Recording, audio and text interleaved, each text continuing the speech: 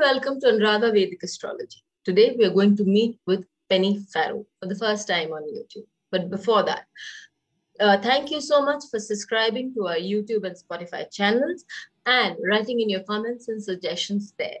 If you haven't subscribed to our channels, please do. And please remember to press the bell icon so that you can get the information of the uploads as soon as they're released.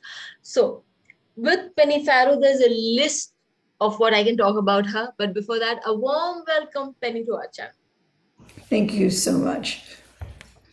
Penny Farrow has been into the Vedic tradition, yoga, and a lot of other things since before many of us were born, 1971.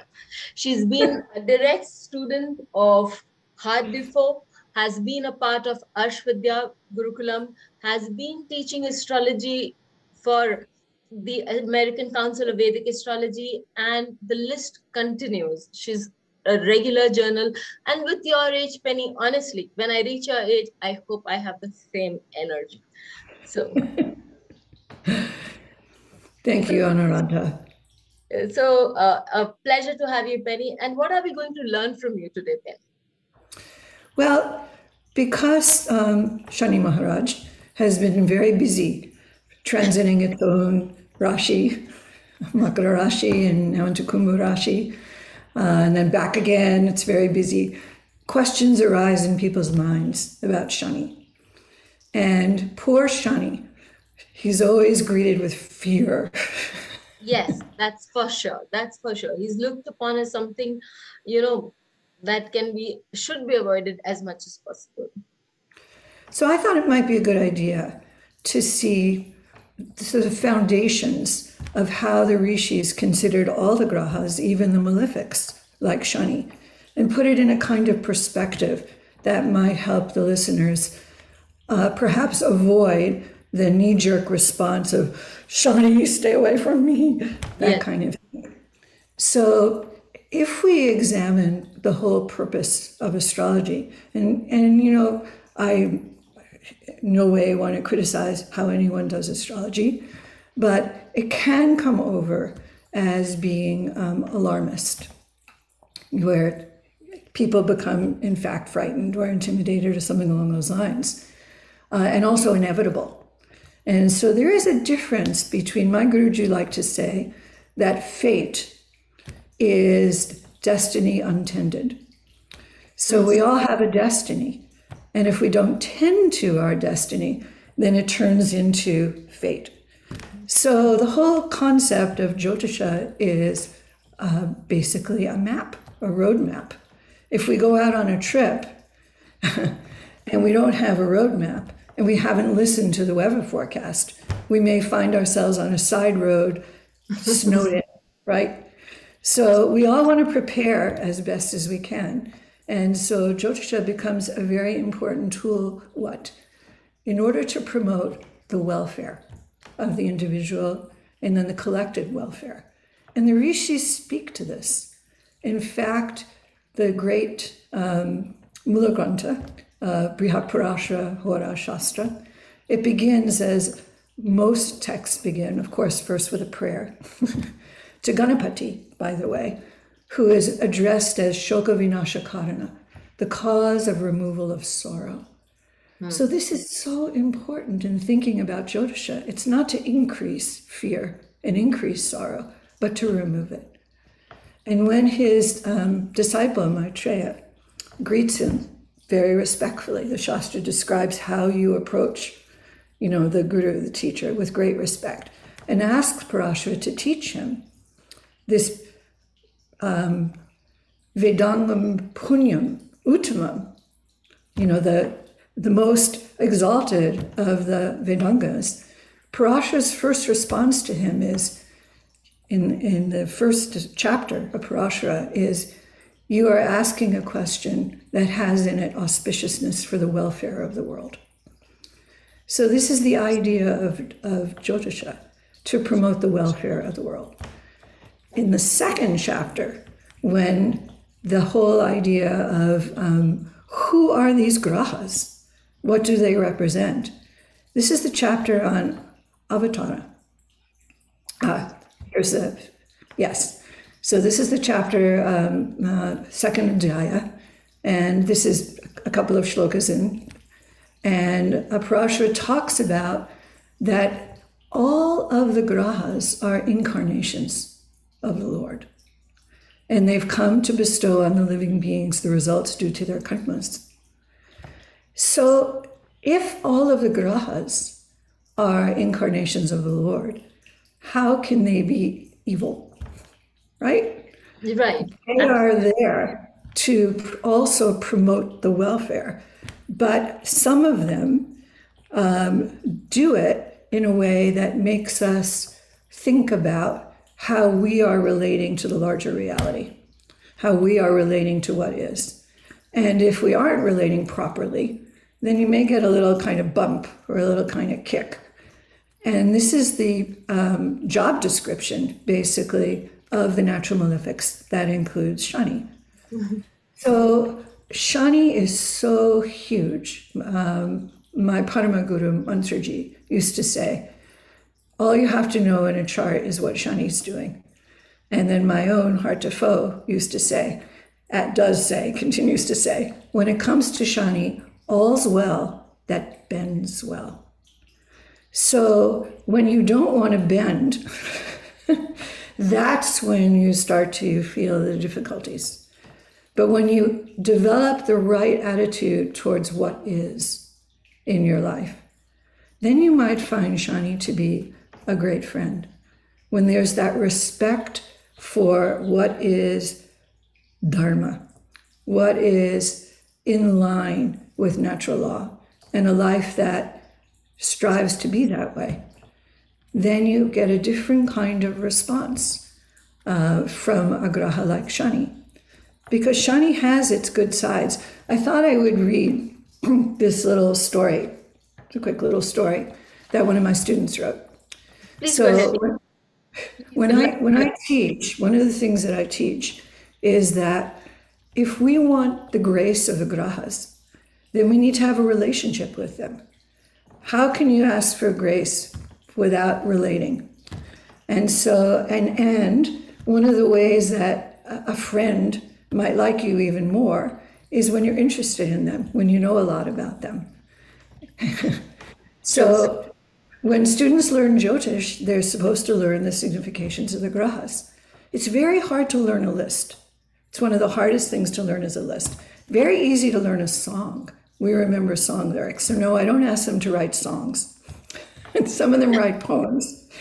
But mainly I ask them to write a story about each graha and to read it on the day of the week of that graha. So of course, many people do graha shanti, which is wonderful. But if they're actually serious Jyotish students, more than graha shanti is learning, committing a deep knowledge of the grahas. So this is a story that one of my students wrote.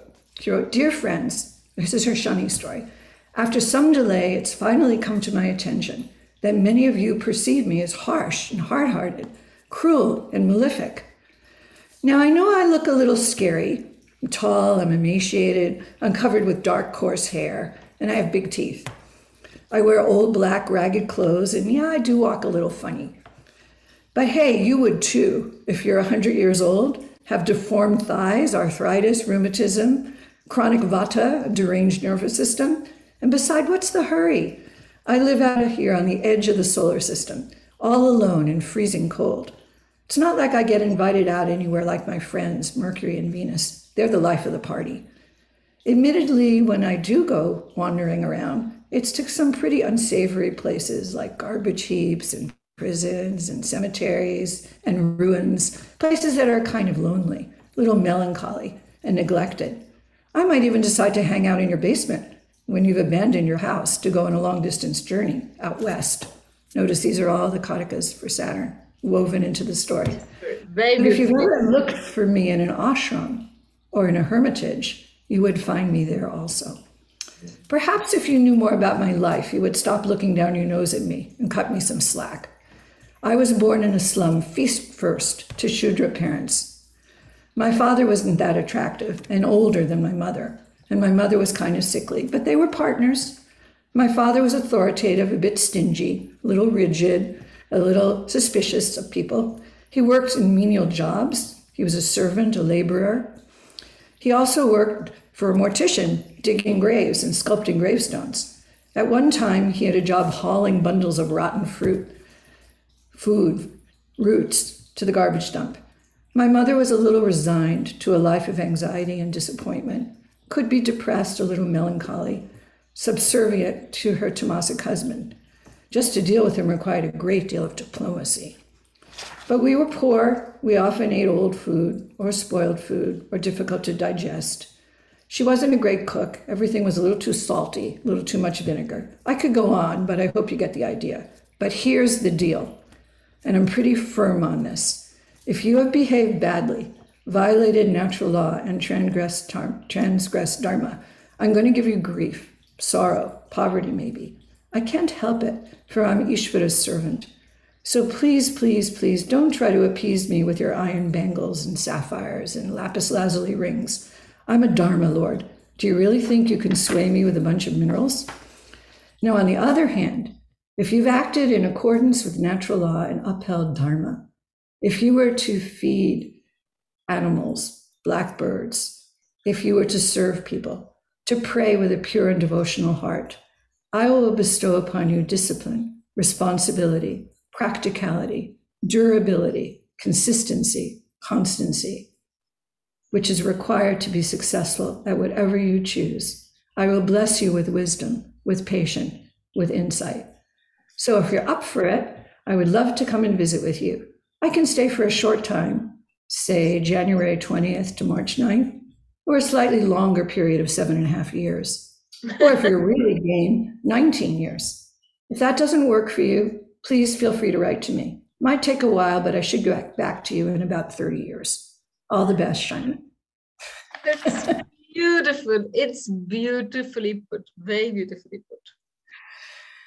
So these meanings of Shani,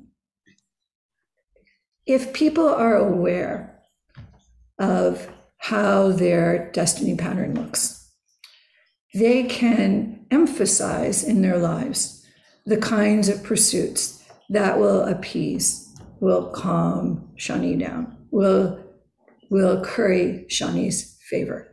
And also, it won't work the same way in everyone's chart. And so this is the message I really want to put out to everyone.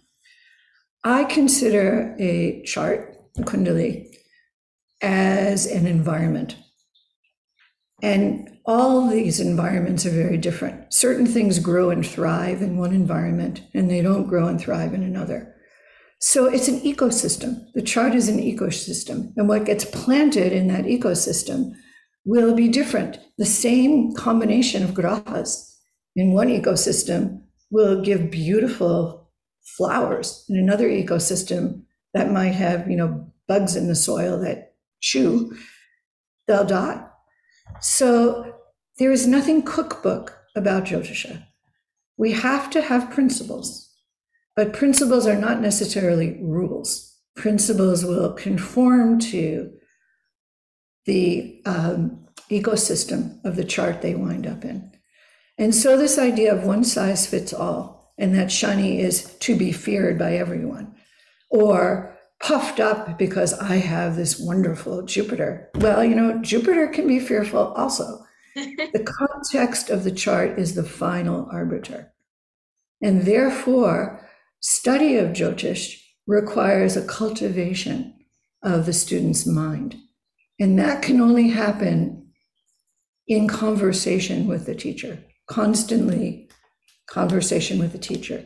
You can't just read the Shastra, because the Shastra can't tell you if you're understanding it, can it? You don't get any feedback. Absolutely. Absolutely. I totally agree with you that you learn more from the teacher than you learn from the books. The books give you the general idea. The teacher points out the small bits out there.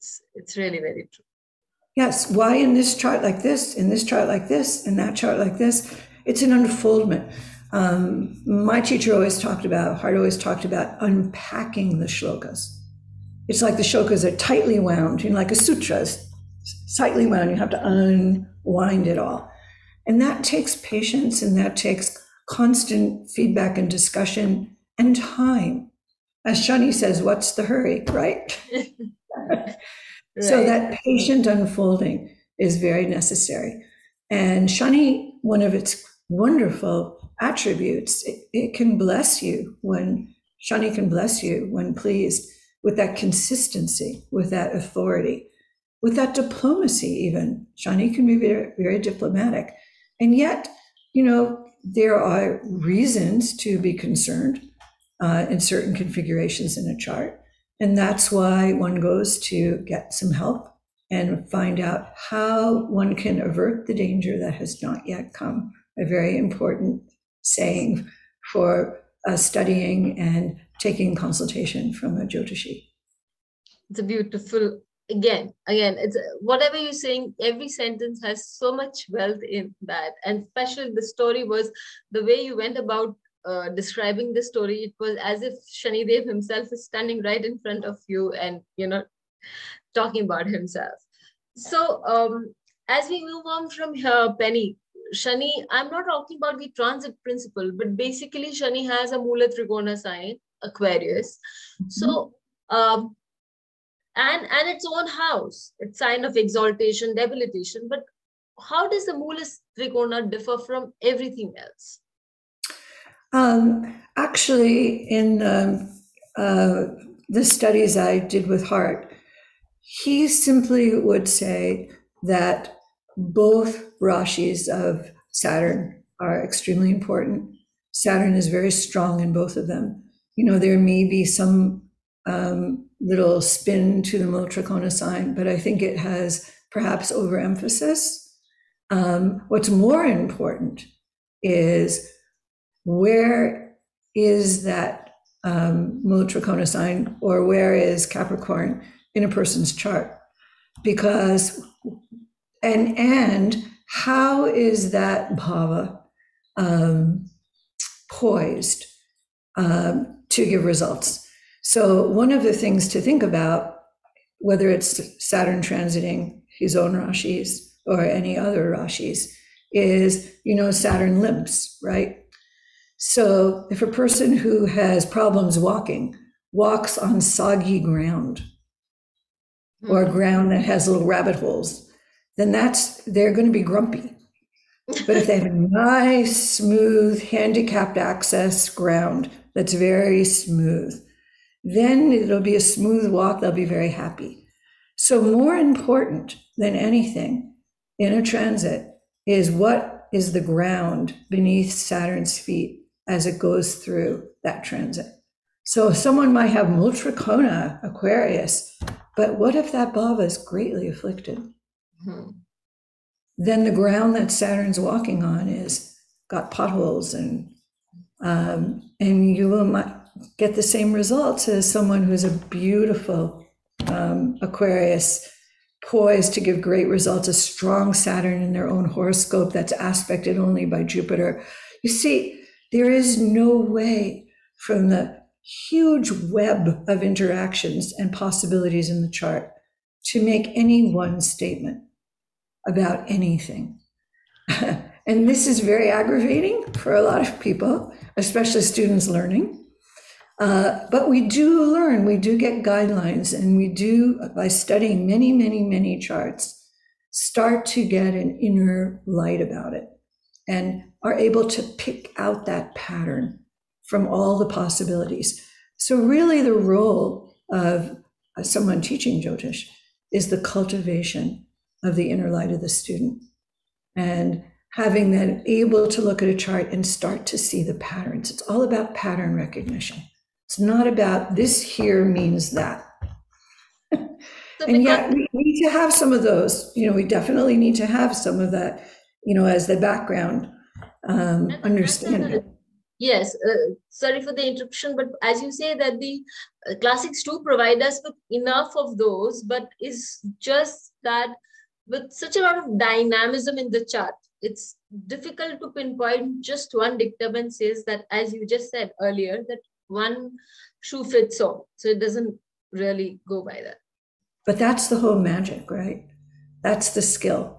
Yes. That's where Jyotisha is a skill, a kala, right?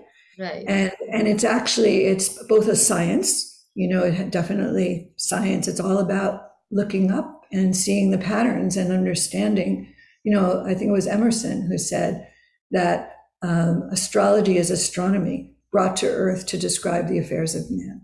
It's very beautiful. So those patterns correlate, and we've actually lost our connection with observation.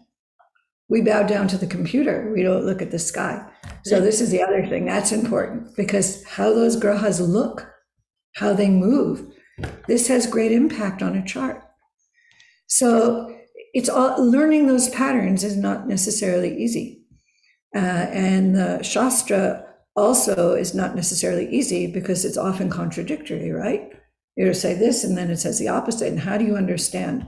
Well, the Shastra itself has a mechanism that describes what you should give priority to. And that might be the topic for another time. Sure.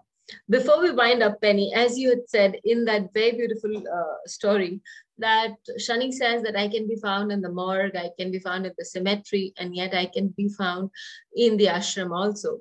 Too, it says that I can give you poverty and misery if you do not uphold dharma, but at the same time, I can give you richness, or I can bring you discipline, and I can bring you administrative effects, and so on and so forth.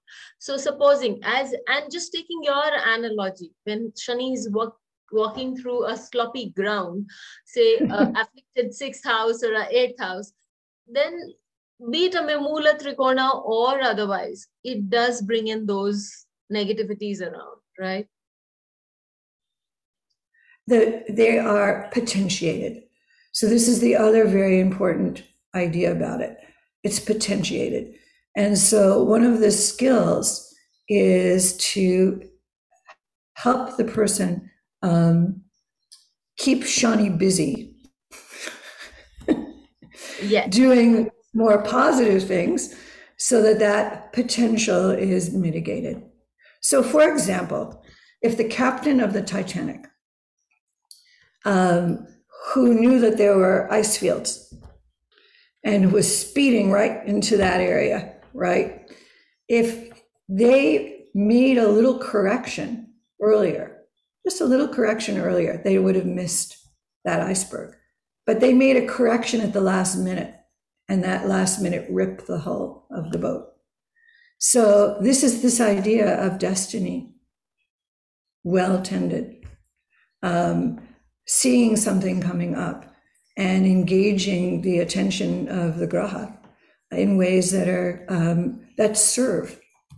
So rather than giving an 8th bhava result that's very difficult, if a person winds up serving people who might have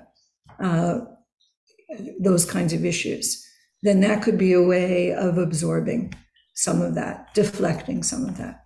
So that's part of the art. So Jyotisha is a science, it's an art, but then the third component must be there, and that's magic. And magic, we would say, is that inner light, that nya, that ability to just know that that's what that means. And that comes over time. Thank you so much, Penny. The last part was the icing on the cake, and we'll leave it here for everyone else to understand the impact. Use that Shani factor for your good so that it doesn't give you just 8th house effect, but it goes a long way in bringing out the inner you.